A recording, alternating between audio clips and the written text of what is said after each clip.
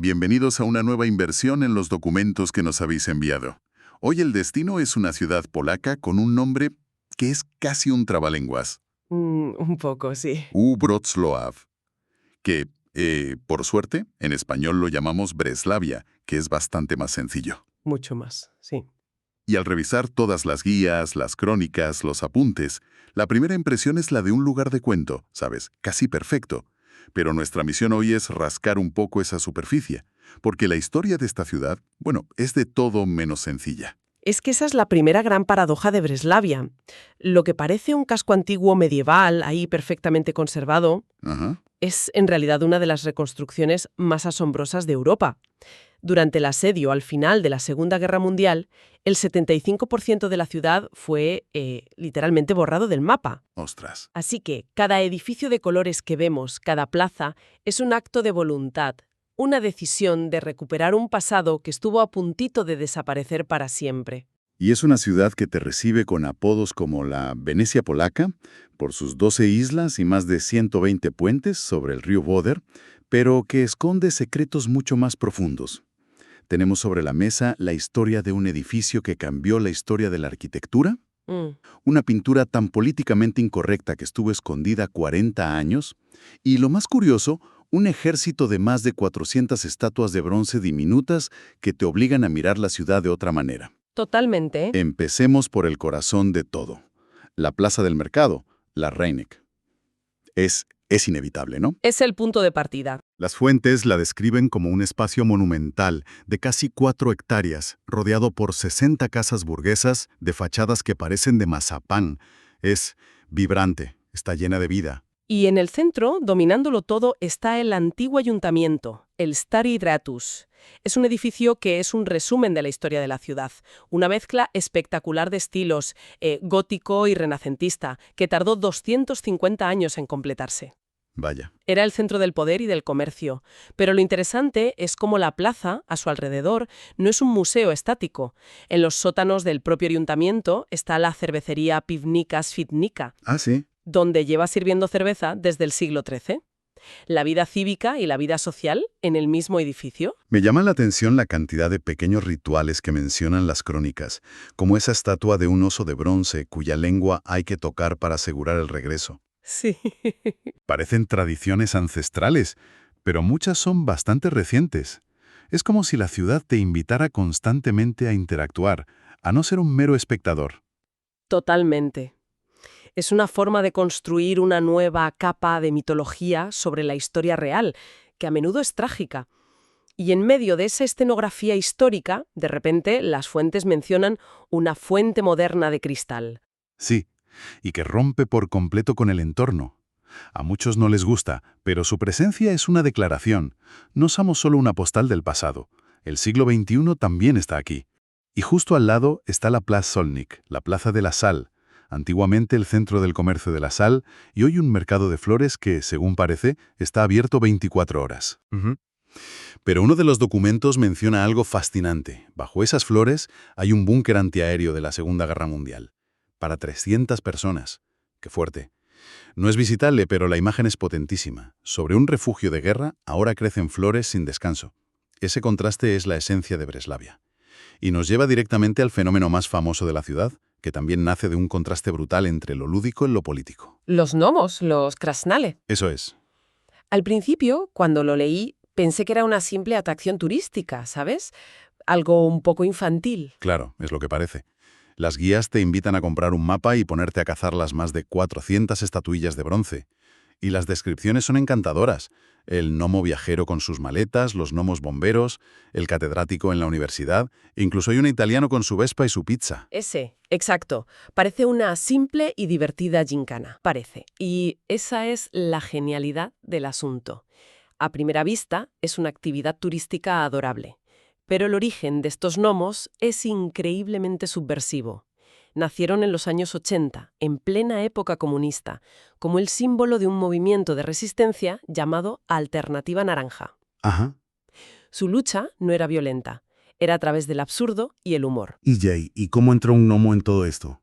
Pues mira, el régimen pintaba de blanco cualquier grafiti de protesta en los muros de la ciudad. Claro, censura. Pues bien, los miembros de Alternativa Naranja iban a esa mancha de pintura fresca y encima pintaban un grafiti de un enano sonriente.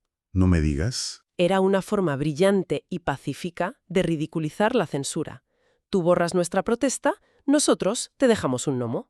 El gnomo se convirtió en un símbolo de la libertad de expresión, en una burla al poder totalitario. Es increíble cómo la historia se recicla. Un símbolo para ridiculizar al poder se convierte en el souvenir que te llevas a casa. Hay una ironía fascinante en eso. Absolutamente. La primera estatua, Papa Gnomo, que se instaló para conmemorar el movimiento, es más grande y tosca que las demás. Marca el lugar donde se reunían. Las que vinieron después, ya en el siglo XXI, son una iniciativa del ayuntamiento que transformó ese símbolo de resistencia en la marca de la ciudad. O sea, que lo que fue un acto de rebelión es hoy el mayor reclamo lúdico de Breslavia. Tal cual. Dejando a los gnomos y siguiendo el rastro del agua, llegamos a la parte más antigua de la ciudad, Ostróg Tumski, la isla de la catedral. Aquí es donde realmente se siente esa atmósfera de la Venecia polaca. Aquí es donde nació Breslavia, en el siglo IX. Se la conoce como el Pequeño Vaticano por la increíble concentración de edificios religiosos. La Catedral de San Juan Bautista es la joya de la corona, pero hay iglesias antiquísimas como la de San Gil, del siglo XIII, o una rareza arquitectónica como la iglesia de la Santa Cruz, que en realidad son dos iglesias, una construida literalmente encima de la otra. Qué curioso. Es un lugar donde el tiempo parece haberse detenido. Y hay un detalle que aparece en todas las crónicas personales, algo que parece sacado de un cuento.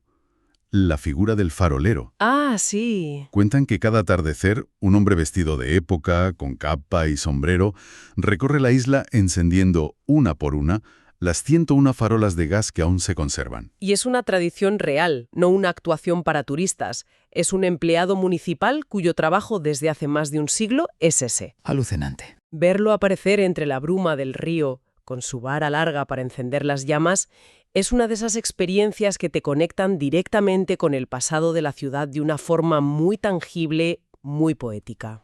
Y esa sensación de estar en otro tiempo empieza incluso antes de pisar la isla.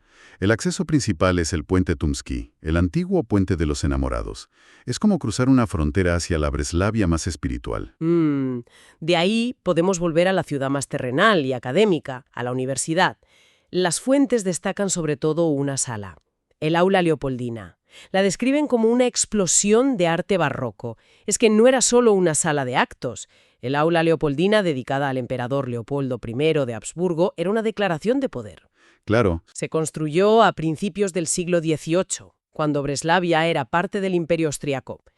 Cada fresco en el techo, cada dorado, cada escultura estaba diseñado para glorificar a la dinastía de los Habsburgo y para reafirmar la fe católica frente al protestantismo. O sea Es un instrumento político y religioso vestido de un arte apabullante.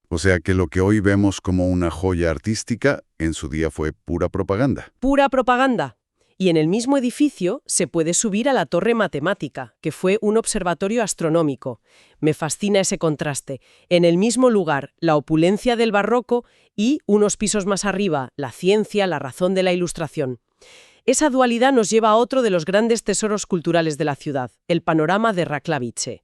Y aquí hay que detenerse, porque no es un museo normal. No. Es una experiencia inmersiva del siglo XIX. Las descripciones son increíbles. Hablan de un edificio circular que alberga una sola pintura, un lienzo gigantesco de 15 metros de alto y 114 de largo que te envuelve en 360 grados. Exacto. Y la genialidad es que el espacio entre la plataforma donde está el espectador y el lienzo está lleno de objetos reales, arena, trincheras, vegetación, armas, que se funden con la pintura de una forma tan perfecta que el cerebro no distingue dónde acaba la realidad y dónde empieza el arte. Es como un cine 3D analógico. Eso es. Te me quedé lleno en la batalla de Raklavice de 1794. ¿Y por qué esa batalla en concreto? ¿Qué tiene de especial? Ahí está la clave de todo. Fue una victoria del ejército polaco contra el ruso durante la insurrección por la independencia. Un momento de inmenso orgullo nacional en una historia llena de derrotas y particiones. La pintura se convirtió en un símbolo potentísimo de la identidad y la resistencia polaca. Ya. Y por eso mismo tuvo una historia muy complicada. Claro. Después de la Segunda Guerra Mundial, con Polonia bajo la influencia de la Unión Soviética, una pintura que glorificaba una victoria contra los rusos era Era problemática. Extremadamente problemática. El lienzo se guardó enrollado en un almacén durante casi 40 años. Estuvo censurado. Qué fuerte. No fue hasta 1985, con el régimen soviético ya debilitándose, que por fin se construyó ese edificio circular específicamente para exhibirla. Hoy es una de las atracciones más visitadas, pero durante décadas fue un tesoro nacional prohibido. De un símbolo de lucha nacional a un símbolo de convivencia. Las fuentes hablan mucho del Distrito de los Cuatro Templos. En un país con una identidad católica tan marcada como Polonia, suena casi a utopía. Y lo es, hasta cierto punto. Es un área de apenas 300 metros donde coexisten una iglesia católica, una catedral ortodoxa, una iglesia evangélica y, lo más importante, la sinagoga de la Cigüeña Blanca. Ajá. Y esta convivencia no es solo un eslogan turístico. Refleja la historia real de Breslavia, que durante siglos fue una ciudad alemana, Breslau, un crisol de culturas. Alemanes, polacos, checos y una de las comunidades judías más grandes de Alemania. Y la historia de esa sinagoga es especialmente conmovedora. Es la única que sobrevivió a la Noche de los Cristales Rotos en 1938. Sí, y la razón es puramente práctica y a la vez poética. Estaba construida tan cerca de otros edificios que los nazis no se atrevieron a quemarla por miedo a que el fuego se extendiera. O sea que... Su proximidad a sus vecinos la salvó. Después de la guerra y del Holocausto quedó abandonada y en ruinas. Su restauración en los años 90 y su reapertura como centro de la vida judía es uno de los símbolos más potentes de la recuperación de la memoria multicultural de la ciudad. En la ciudad parece estar llena de estos lugares que cuentan historias del siglo XX. Hay un par de sitios más ocultos que me llamaron mucho la atención. Uno es la Neon Side Gallery.